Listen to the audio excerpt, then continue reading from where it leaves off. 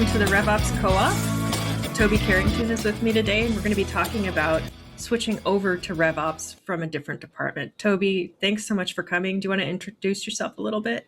Yeah, absolutely. Thanks for having me. So, Toby Carrington, I run revenue operations for Seismic. Previously, I used to run global sales operations for Siemens Healthineers. Great. And then you mentioned it a little bit in your intro, but I'd love to kind of discuss your journey to revenue operations.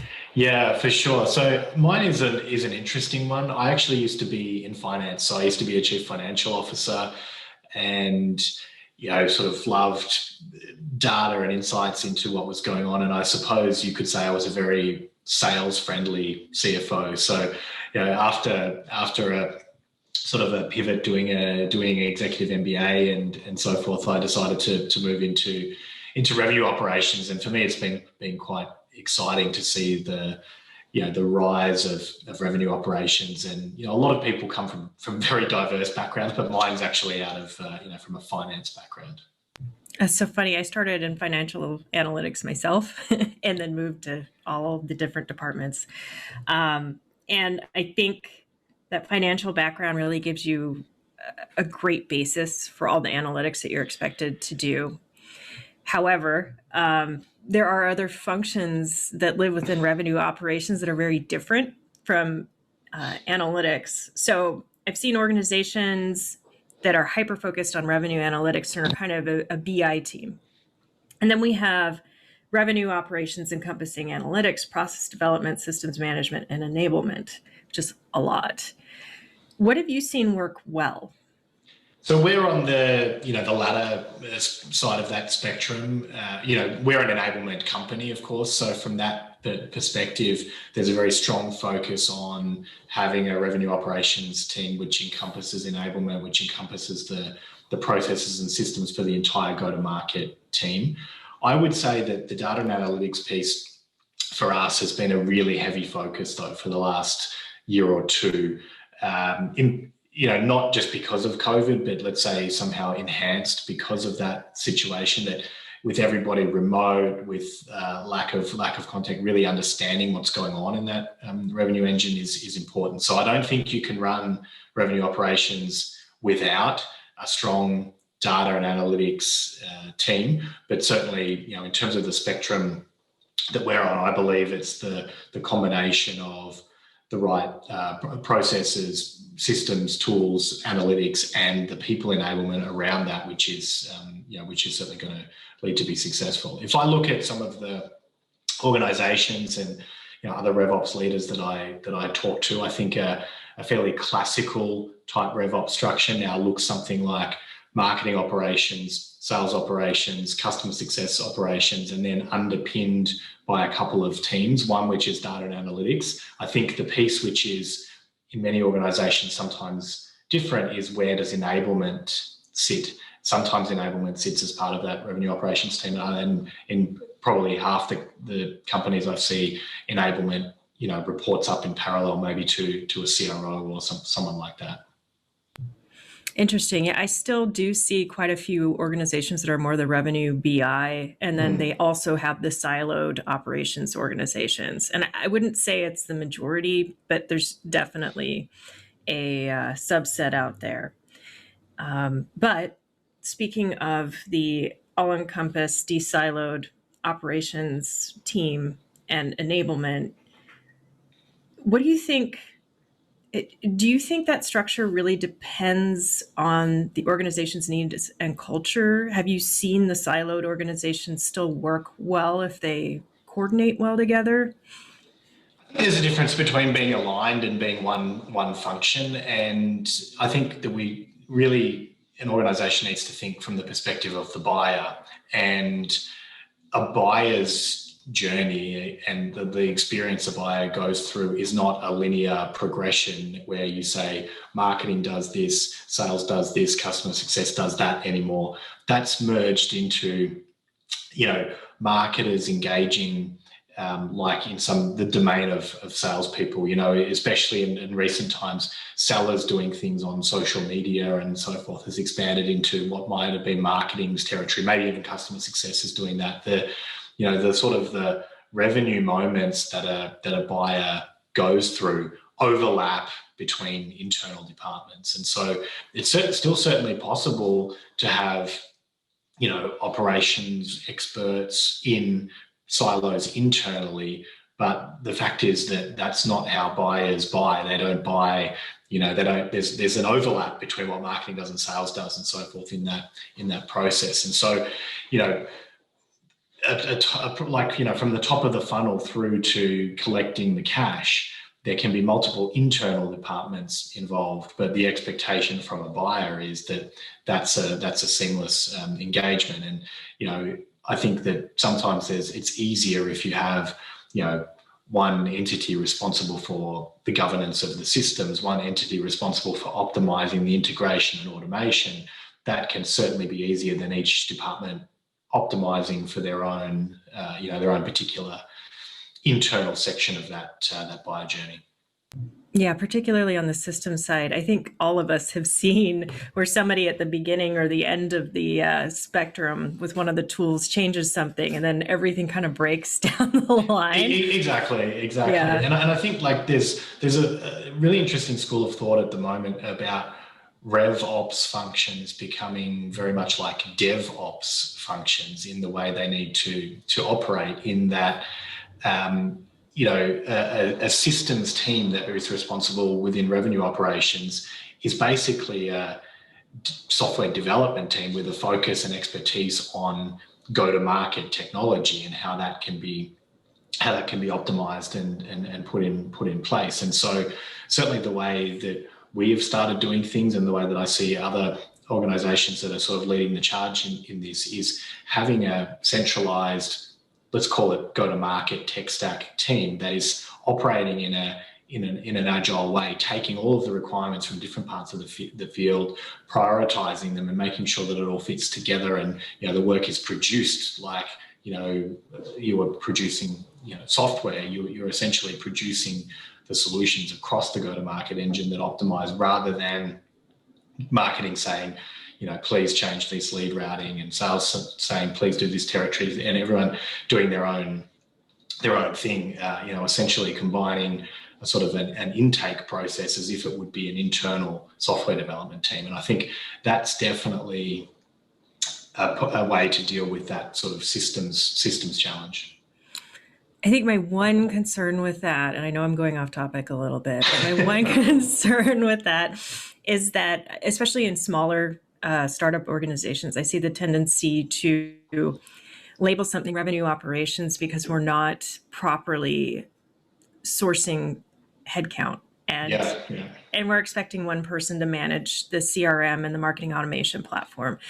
I understand that from a budget constraint perspective, but it's a really easy way to burn your folks out. Do you guys still have system specialty, or do you have multiple people kind of with a little bit of expertise in all of the stack? So both. I mean, we still have, marketing ops experts who are, experts in, marketing automation tools and engagement tools and so forth. For us on the sales ops side, it's specifically in our CRM system in Salesforce, and on the customer success side as well. So we still do have those subject matter experts and people that are certified in particular tools. I think that's important. What I think is required is and it's definitely an investment. You're not wrong there. There's an investment into people that can really understand the best way to put those together in the ecosystem. I mean, there is definitely a case to say that when you combine certain tools, when you integrate them together, that you get a better result than the tools just existing there. Not just from a user experience point of view. That goes without saying that people would love to be able to understand which tool they go into to do what. But there are significant benefits. For example, you combine a marketing engagement tool with something like Seismic, our enablement platform, and you get a different level of analytics that is fed back into both systems than you would otherwise. Or you can create a situation where you want people to work in a particular way. Some organizations want people to work entirely in the CRM system. Others want people to work out of their engagement platform. Others want them to work in, some other some other different way. And so you need to be able to have a group of people that understand those types of topics and how you can put them together, because that often spans multiple departments. I read something really interesting the other day about, like sort of resource constraints and so forth. Even within, let's say marketing operations, just purely, a lot of roles I see advertised, people are looking for someone who can do strategy and someone who's an expert in, marketing engagement platform, and someone who's, understands the ins and outs of every last thing. Now, those are also different roles, even just within marketing operations. So I'm absolutely an advocate of investment in general into revenue operations, because you do need people that have more of a strategic process thinking orientation, who can basically define the requirements of what is needed to have happen. And then you need systems experts, both specialists and people that can fit together the ecosystem you need them to implement. See, that's the sign of a good leader. Thank you. Those unicorns. I'm lucky in that I have budget as well for that, right? So true. I think I mean, look, and I think that this is being recognised across the industry, because the salary levels for people working in RevOps, in systems and so forth in particular, have gone through the roof in the last 12 to 15 months. So I've seen both. I see a lot of organizations who want to hire director level. They have a hard time finding that position. So then they down level it, but the job description really doesn't change. The pay does. I think people have cottoned on to that, right? I mean, you want a junior resource who has 20 years experience and is certified in 5 different tools and so forth. My view, I certainly am talking to my peers and other partners and so forth in the industry. It's very, very hard to find even good systems level people at a analyst, manager type level, let alone someone who has done that and has the background and is now in a sort of senior director strategic role. Very, very difficult to find those resources. Absolutely. And this is a topic that I saw in my LinkedIn feed this morning with people in marketing ops just spouting off about it. Yeah. As somebody who has hired and worked with teams, I want to caution people relying too much on certifications, meaning that they understand. That means you have a basic level of systems understanding and functionality. However, it doesn't mean your experience with requirements gathering and translating those requirements into an actionable thing, and can look at the full tech stack and understand how one change is like a domino effect. So it's just interesting to see people really rely on those certifications, and I'm like, oh. I mean, I agree. I mean, we've been putting people through tests, yes. In like skills-based tests where it's really specifically related to systems roles.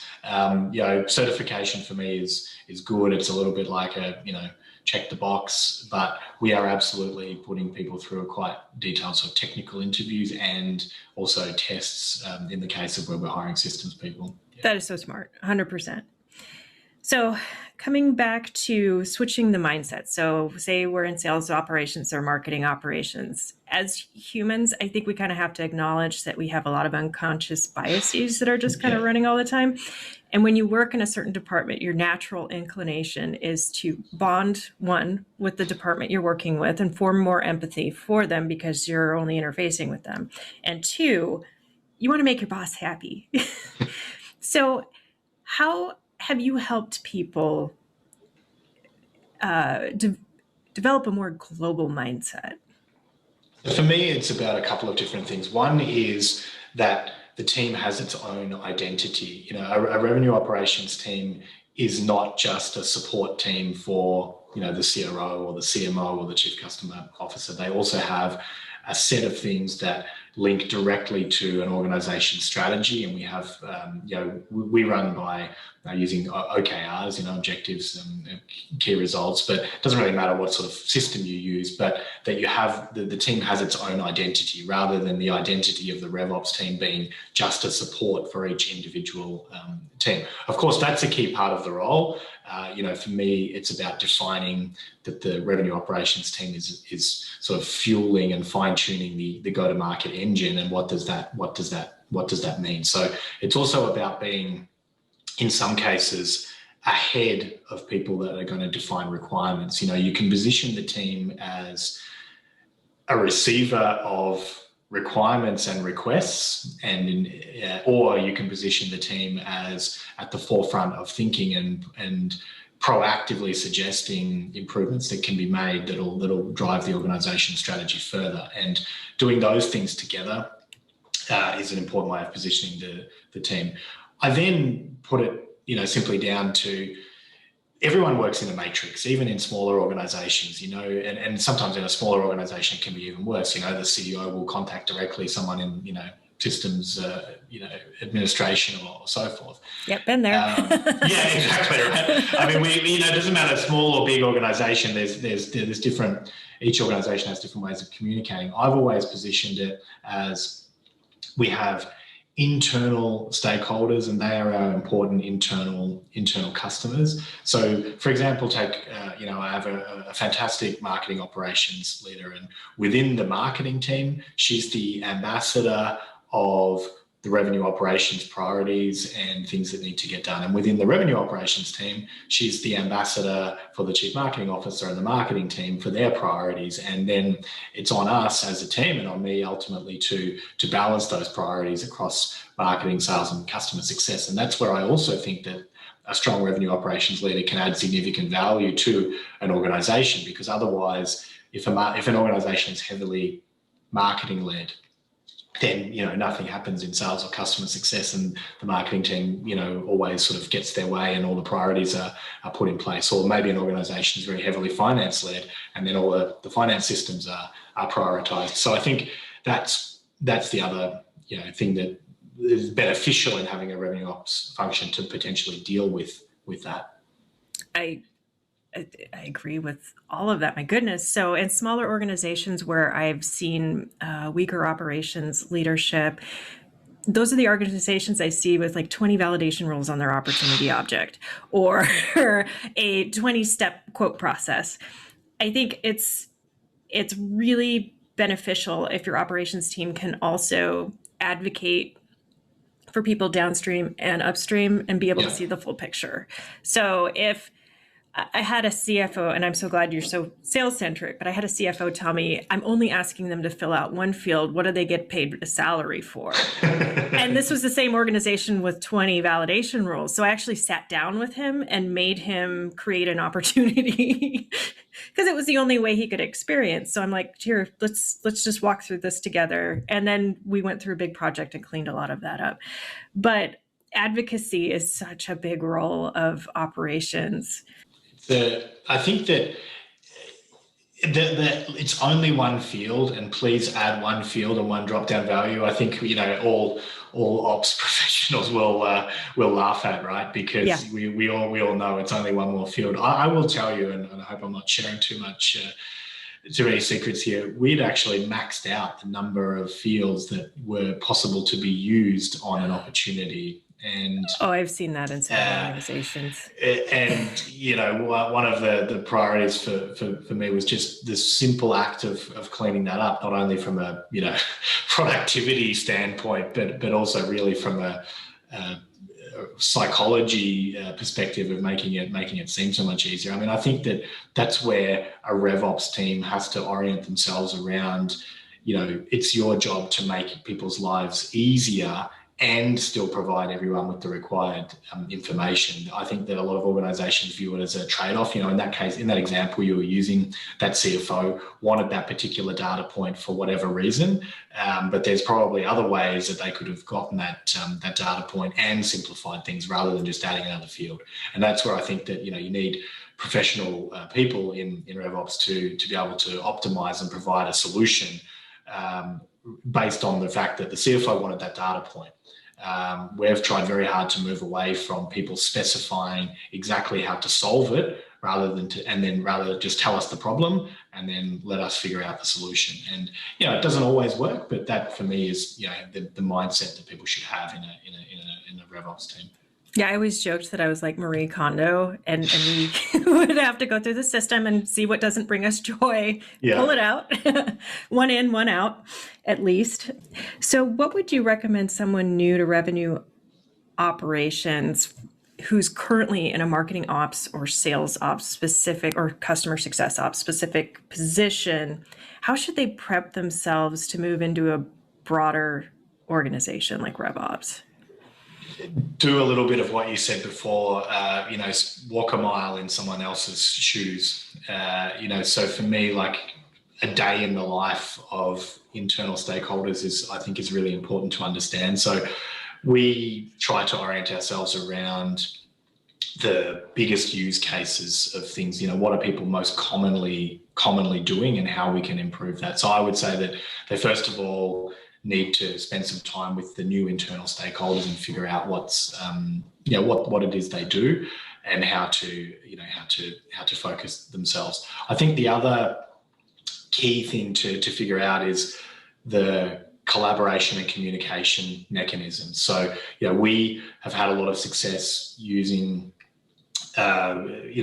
shared project boards, right? So like, Kanban boards. I mean, we use Jira, for managing certain internal projects, for example, and making sure that there's really, really clear communication, collaboration, transparency about everyone who's working on different things. I mean, that's probably my biggest challenge still, and that I see in a lot of organizations is that you can create revenue ops, but people still have a natural tendency, as you say, depending on where they come from or where their focus is, to work predominantly on, the marketing ops topic or the sales ops topic. And that might be by design as well. You need an ability to have, daily stand-ups to talk about those, to have transparency via tools as to what's going on, quick escalation mechanisms to resolve any disputes and things like that as well. So for the people listening who are thinking, I don't want to be a micromanager, I don't like maintaining, you have to understand that these project management systems also allow you to build a business case for additional headcount. So if you have rigor around your ticket or card or whatever you use management, you can actually quantify the number of hours you guys are spending, how many tickets you can tackle at a time. You can divide it by the different groups. Just, it's worth every minute of effort. I couldn't agree more. And I mean, the team works better when it's transparent what's going on, when you've got data to measure exactly, things that are happening. I mean, we even do things like that, even, for example, now with other departments that fall out of revenue operations, like, for example, legal and finance. We have shared boards where we're keeping each other up to date, where I can give priorities to the legal team about which contracts they should be working on and so forth. And that just makes everything work better. It makes the sales process go faster. It helps us get offers out of the door quicker and so forth. So I don't see it at all as micromanagement. I mean, I would hope that my team would say, yeah, we're still fully in control of our own work and so forth. But you need to have a fact-based discussion around what's happening or what's not happening to be able to move things forward. And the fact is that, writing things down and everybody being clear on what they have to do by when is a way for the team to better work together and produce better results. And despite all of the efficiencies we bring to the business and the way we help the business grow and scale, we're still viewed as a cost center. And so many times executives are going to ask us to prove why they should continue investing in such a large team.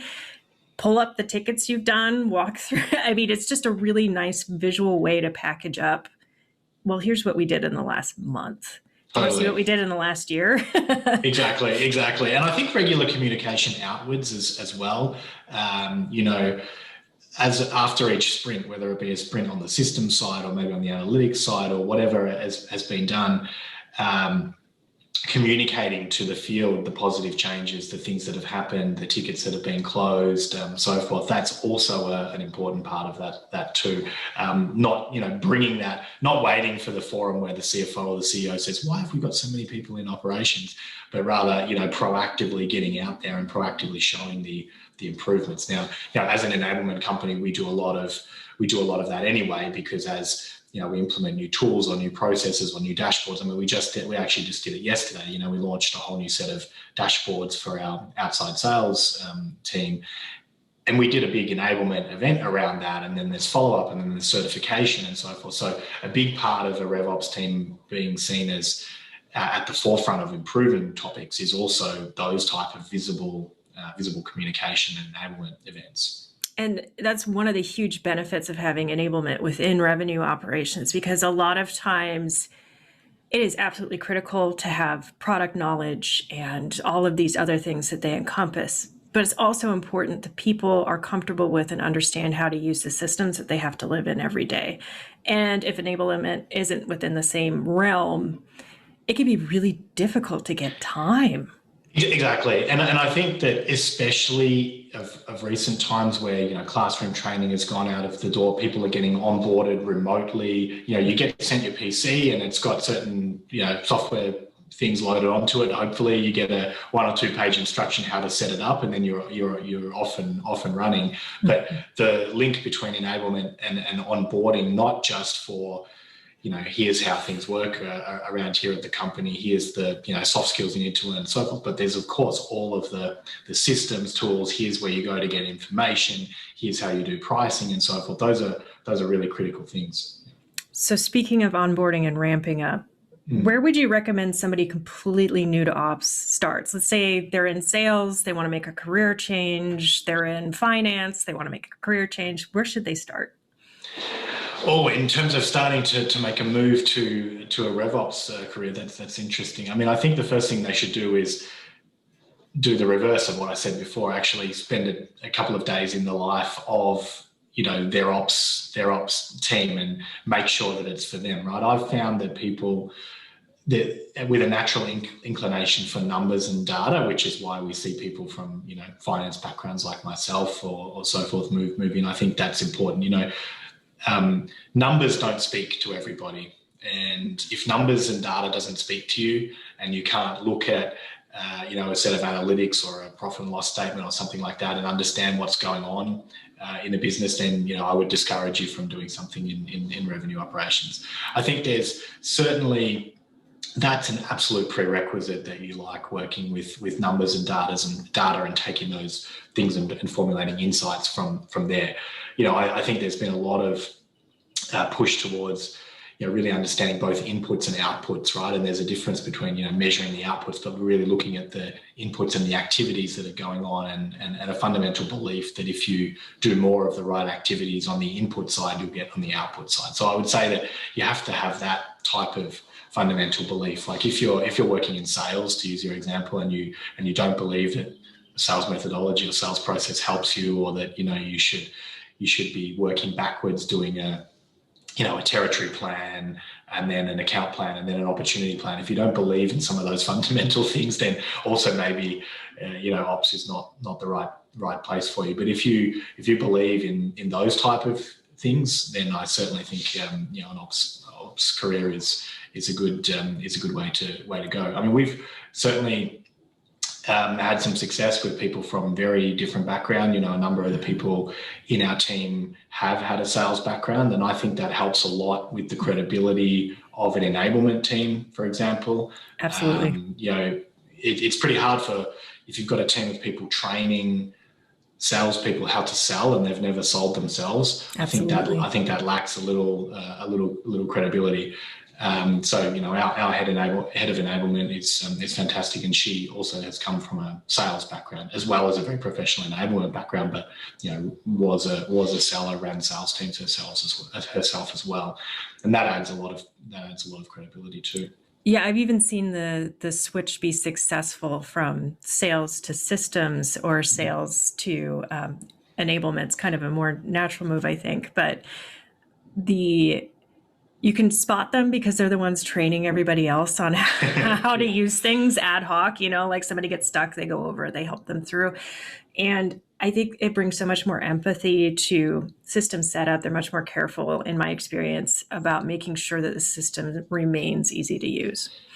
I think if you fundamentally believe that the systems are there to help you do your job, and you want to invest in those things, then that's a great that's a great fit for the starting point for someone wanting to move into ops as well. I mean, the fact is that ops teams and ops leaders are looking for people with that type of skill set, with who've been there and done that, who've, in old-fashioned language, carried a bag. That's definitely a desirable skill set. It has to come with a clear belief that, optimizing systems, using data, and so forth will make that process better and will improve the lives of the other sellers. So, yeah, for sure. I think it's such a good time to move into the role too, because the positions are in such high demand that if you do have the aptitude and the hunger for it, we're kind of happy to train you. Totally. And as you said before, I mean, it's not like it's overly difficult if you've got the aptitude and orientation to go and do a Salesforce certification or Marketo certification and so forth. I mean, that I'm not trying to downplay the work that's involved in it, but we, for example, I mean, we offer a certification on our product, and it goes into deep aspects of the product, but not all of our salespeople become certified, right? They just don't necessarily have an interest in doing so. But we have a bunch of people who are doing that, and they've clearly then got an aptitude later on, maybe to actually work in a centralized ops function or so forth, because they've clearly got an aptitude for that. So the training and certification is easy if you've got the right mindset.